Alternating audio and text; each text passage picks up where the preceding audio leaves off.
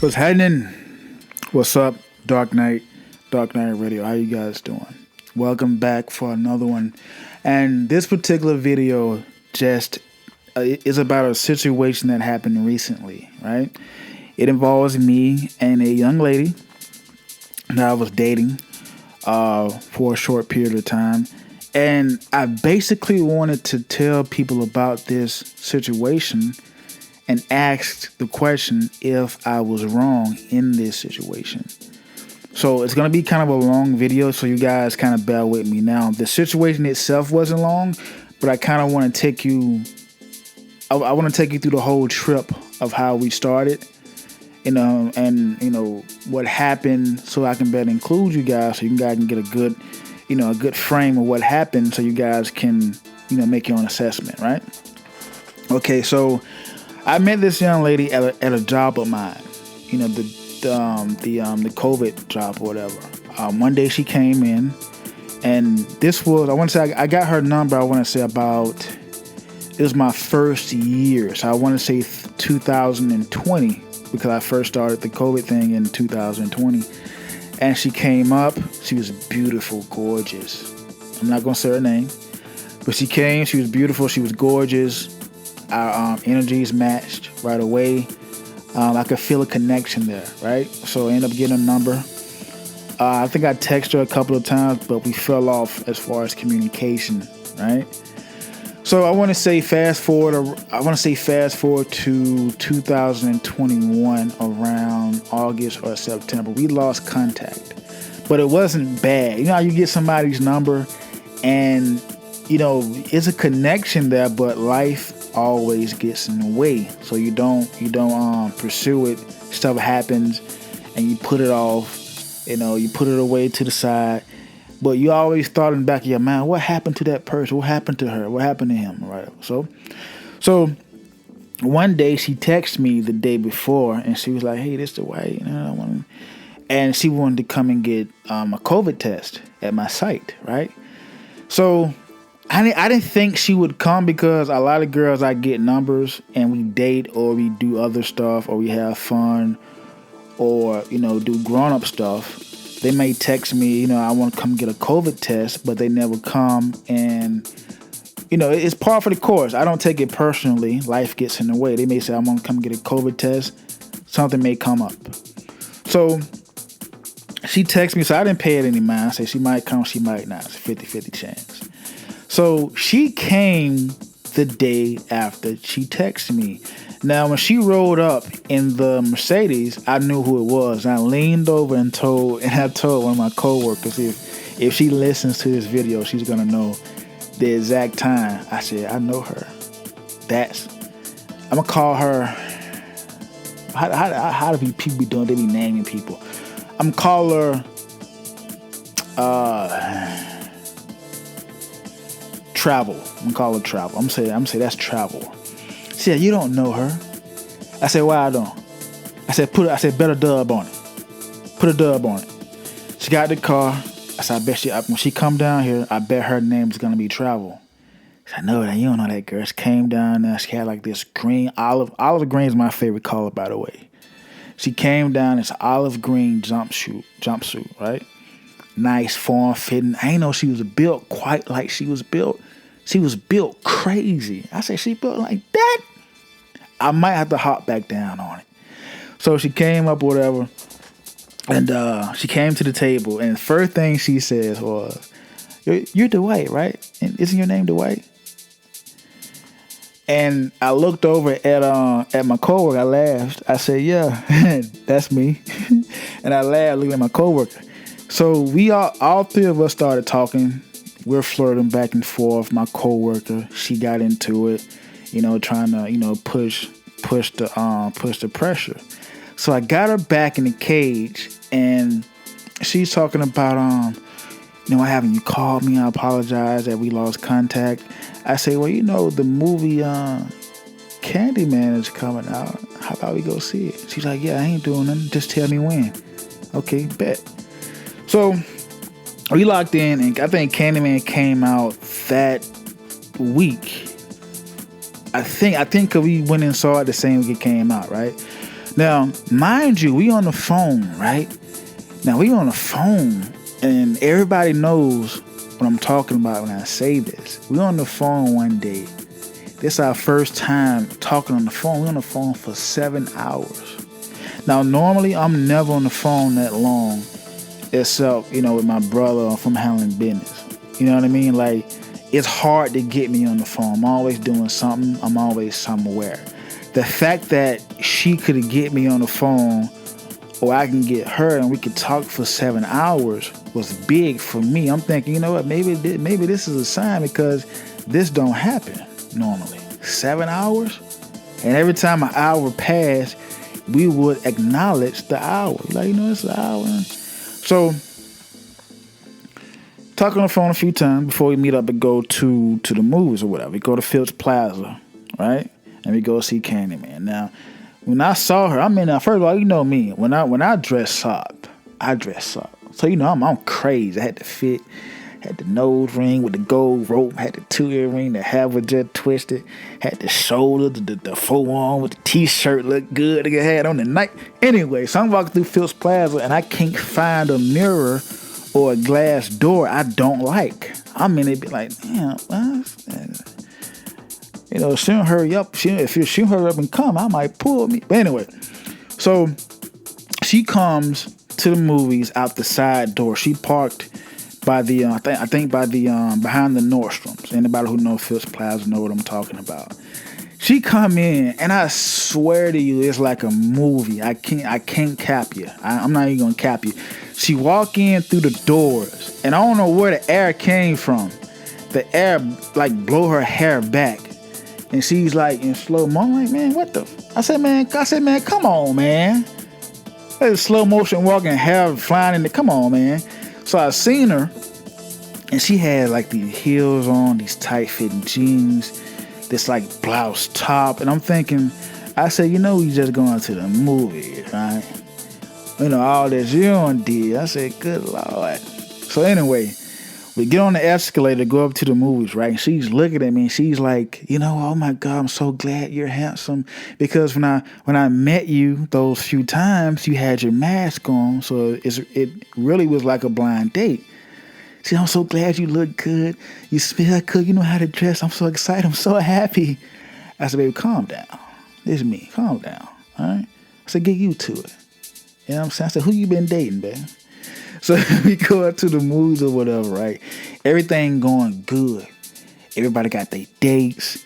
The only thing is that the bar was closed because she wanted a lemon drop. All women want lemon drops. I don't know what she wanted a lemon drop.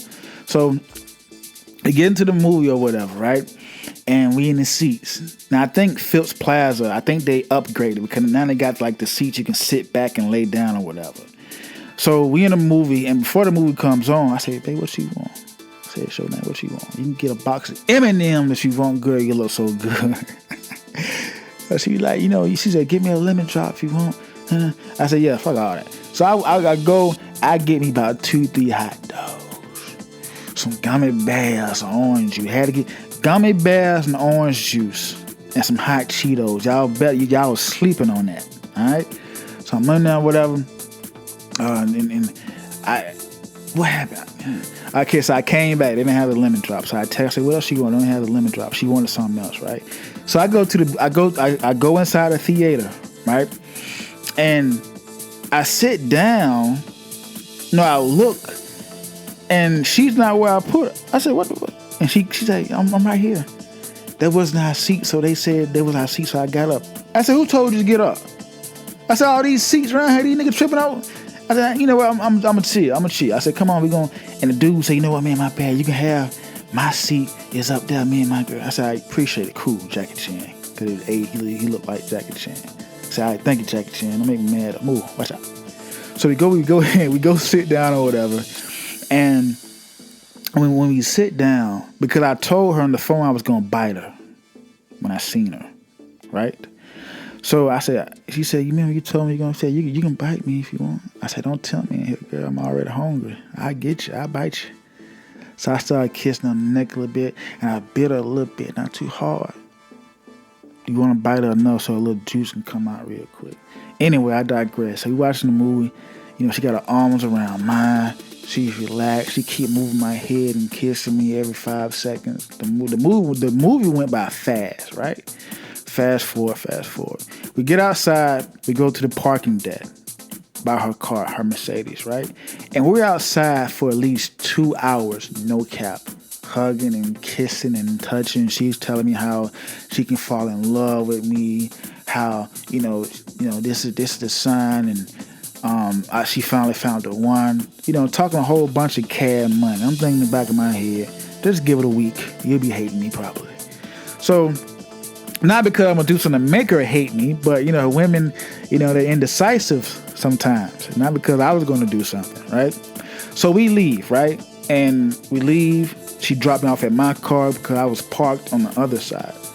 So we leave, whatever, and she calls me, I want to say about 15 minutes afterwards. And she says, I really enjoyed the date, blah, blah, blah, blah, blah. But she said, I'm losing, I don't have that much gas and I'm going home. Now notice she stayed right down the street from Phipps Plaza. Matter of fact, she stayed in walking distance. So she's like, I want to say maybe a mile and a half, maybe 2 miles. She said, I'm running out of gas and I got to drop my son off. She had a son, by the way, to school tomorrow. And I don't think I have enough gas, blah, blah, blah. I say, well, are you going to get some tonight? And she says, no, I'll wait till the morning because it'll be daytime. Keep that in mind. Keep that in your back pocket. So I'm missing some small minor details about the date and the conversations, but I'm trying to get to I don't want the video to be too long. So just follow me. So fast forward. Everything is progressing good. We're talking every day. We're texting every day. Trying to make an effort to see each other every day. She invite me to her house or apartment every day or whatever. So she goes on a retreat in North Carolina, right? It was some singer, and she was having a cult/retreat orgy. I don't know what it was. All I know is she was going on a retreat because that night I was on the phone with her until she got to her destination, which was about 2-3 hours. I was on the phone with her because it was dark.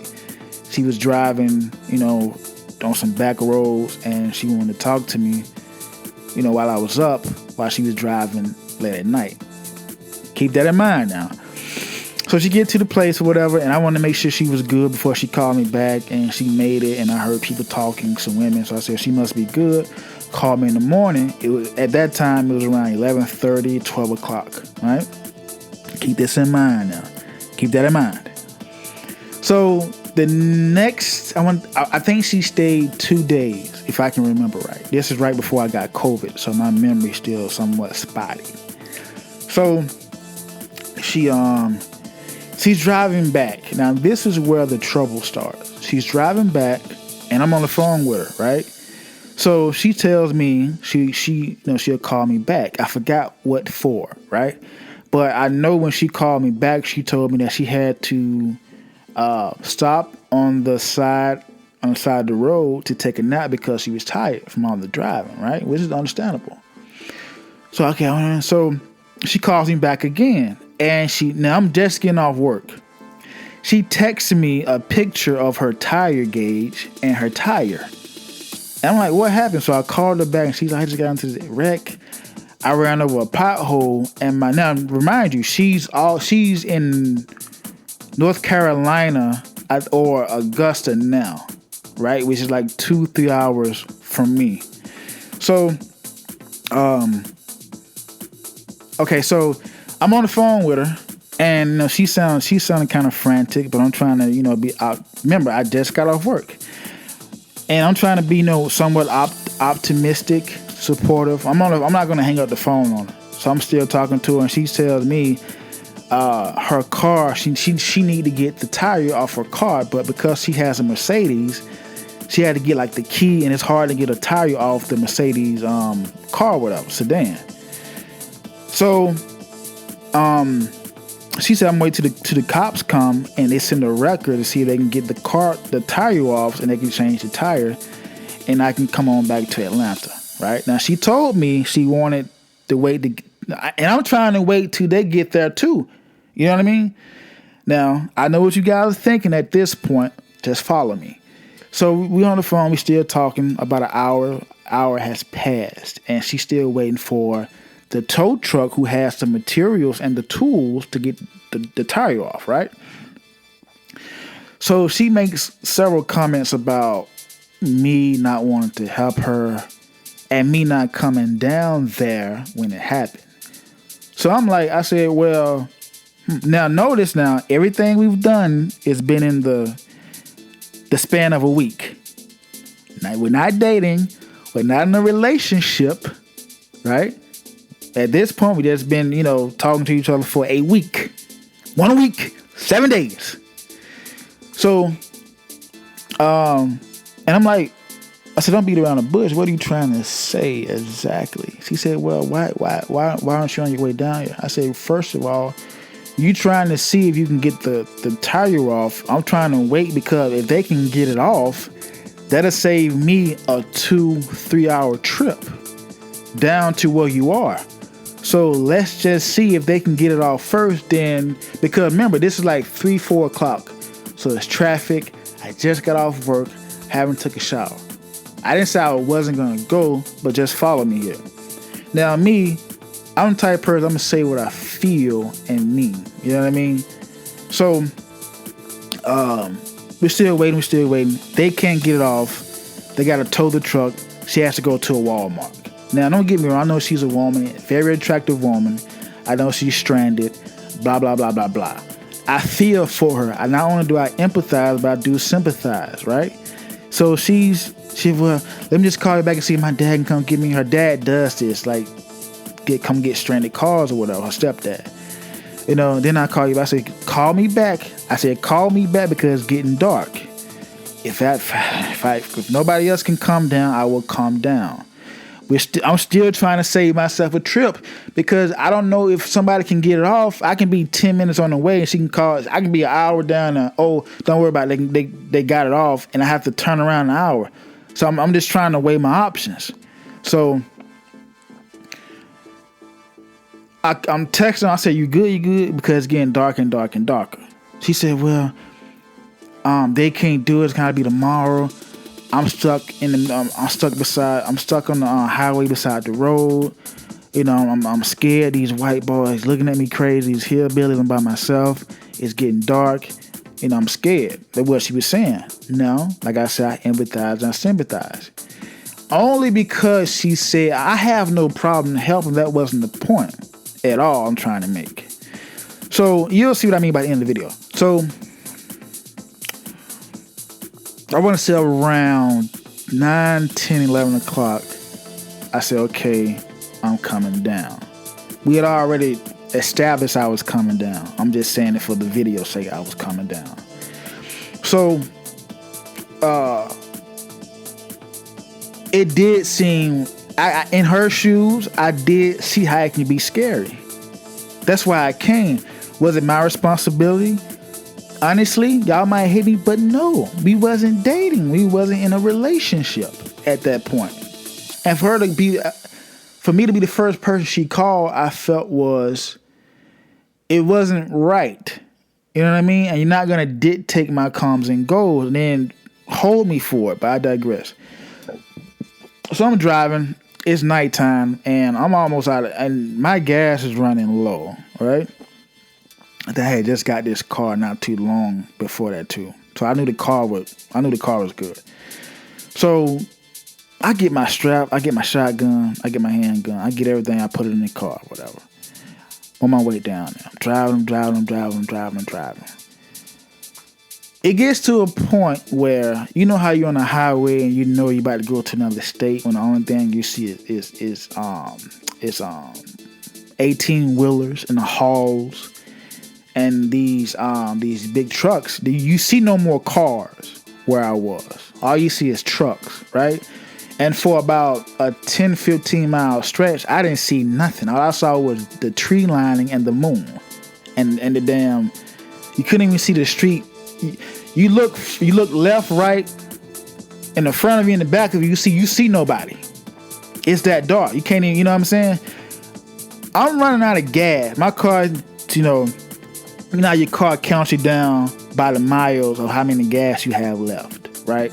I'm on zero miles, and the shit is red. It's bing, bing, bing. That's how my car does. I have to, so on my phone, I have to look up the nearest gas station, right? And I pass about 2 or 3 truck stops, and it's old white boys in a circle with bonfire, and they're looking at my car crazy. And I was gonna ask them where the nearest gas station, but it looked a little KKK-ish to me. You know what I'm saying? I said, look, I got my shotgun, I got my gun. Look a little KKK-ish. You know what I mean? So I go, I'm still driving. I drive on a back road, and the back road is even less and more. It's more secluded than the highway I was driving on. I see one house, and it's just woods around me, and my car is gonna conk out at any second. I'm driving for at least 15 to 20 miles, and I'm hitting the gas. If my car stops, I'm gonna phone my brother. At this point, if my car would have stopped at any point, I probably would have still been down there today. I mean, because at one point I stopped the car just to get out. I got out to get my third. I got out to get some, I think my shotgun or another gun out the trunk. I said, then put all these straps right here in the passenger seat like it's a person riding with me, right? And I'm looking and I'm hearing shit in the bushes, in the brush. I cocked the shotgun. I said, what I'm doing? I gotta go get gas. Get in the car, haul ass. I'm driving. So I come to this small railroad town, right? It looks like a town that's been set up by somebody really quick. Like somebody said, look, put that right there real quick. He's coming. I go here and I see about 4 or 5 rednecks in a 4x4 in the front, spitting tobacco, the total redneck cliche. I grab my straps, put them in my pants. I go inside the gas station. Now I don't care about them. I'm just happy at the fact that I can get some gas, because if I run out of gas, I don't know who I'm calling. My brother said he would have came down, I believe him. It would have took him a minute to find me. I'm not gonna lie. It would have took him a day to find me, because my phone would have died. I think I had my charger though. So I go and I get gas. And it's just, the energy is just weird. It's just rednecks and mustaches and yellow eyes everywhere. So I said, look, man, at this point, I don't mind taking about 3 or 4 with me. If y'all get me, I'm getting about 3 or 4 of y'all at least. At that point, I don't really care. I go, and I felt myself falling asleep while I was driving. So I got 2 or 3 Red Bulls, 2 or 3 Cokes. I smashed a Coke and a Red Bull together before I got in the car. I got about $60 worth of gas, and my tank was full. My tank is full at, I think, about 45. I smashed the Red Bull, smashed the Coke, and I'm driving. She's calling me. She's like, oh, my dark night, please. Now, I'm not just saying it for the... She said, dark night, please come and save me. Oh, dark night. I said, I'm coming. I'm going to fly. I'll be there. I didn't want to go. But the way she made it sound like I'm stranded, they got me. You know, I told my brother, I don't want to go. You know what I mean? Like, I just pictured somebody down there being stranded, man. And I'm thinking, if anybody close to me, I would have did the same thing. I don't have no loyalty to her at this point. I'm not being mean, but we're not in a relationship. We're not at this point. So you can't hold it above me. So I'm driving. Now 10 minutes before I get to her. Now, when I left the gas station, I drove another maybe hour, 2 hours. So I was good with the gas. I was talking to my brother. I'm blasting music, and I got the heat on. When you're driving a long way, you always turn the heat on, not the air. The air make you fall asleep. I'm blasting everything in my car. I'm blasting music. So 10 minutes before I get to the hotel, she called me before and said, you know what, I'm just gonna spend the night. I got a hotel. Just come to the hotel where I'm at, and then we'll worry about it tomorrow. I'm like, so you just gonna get a hotel? How long you knew that? I said, okay, I'm coming, right?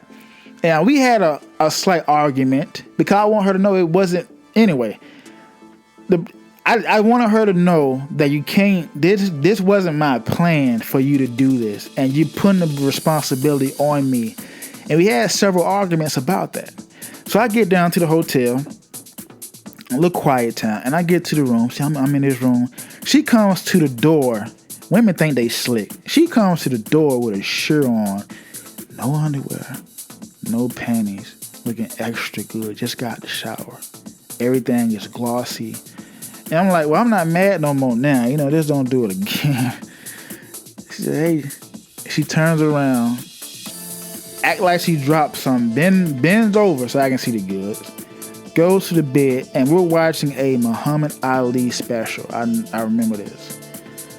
The hotel room, it was real quiet around, right?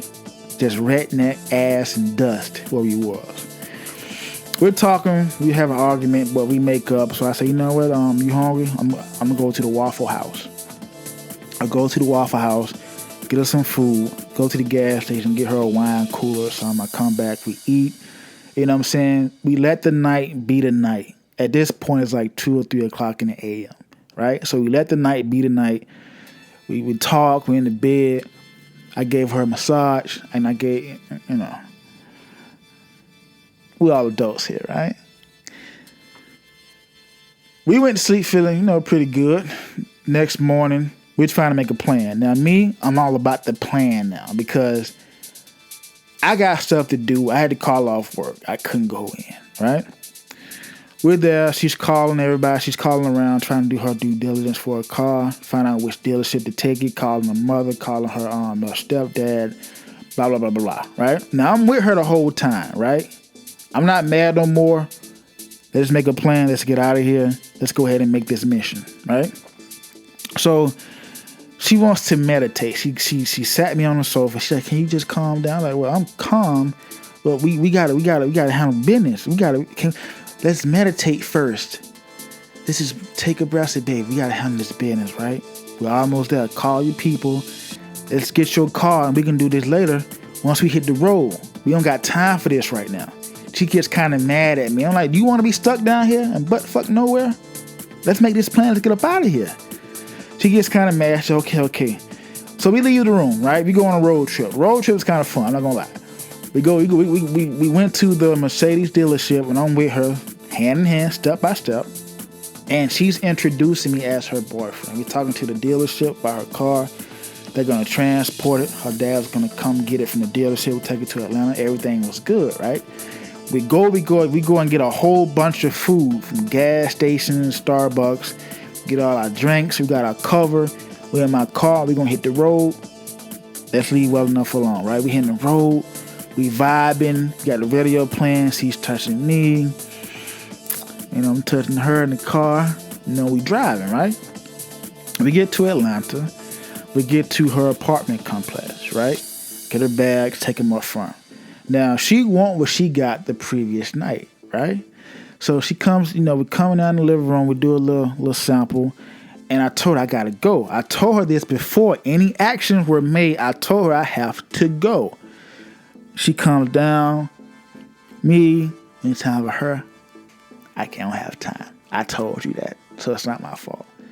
While I'm driving back home, she texts me, and pseudo breaks up with me. I'm thinking, how can you break up when you're not even together? She called, I can't do it. You had an attitude about coming down. You're a selfish person. I can't believe what you did. Blah, blah, blah, blah, blah. I'm thinking, I say, look, it's okay. It's cool. Really, you gonna call me fucking selfish? I said, okay, that's fine. All right? Bet it up. I'm out. I'm donezo gunzo. Cause I just wasted my time and gas, putting all these highway miles on my car. And I'm mad, kinda. I wanted to turn the car around. I said, you know what?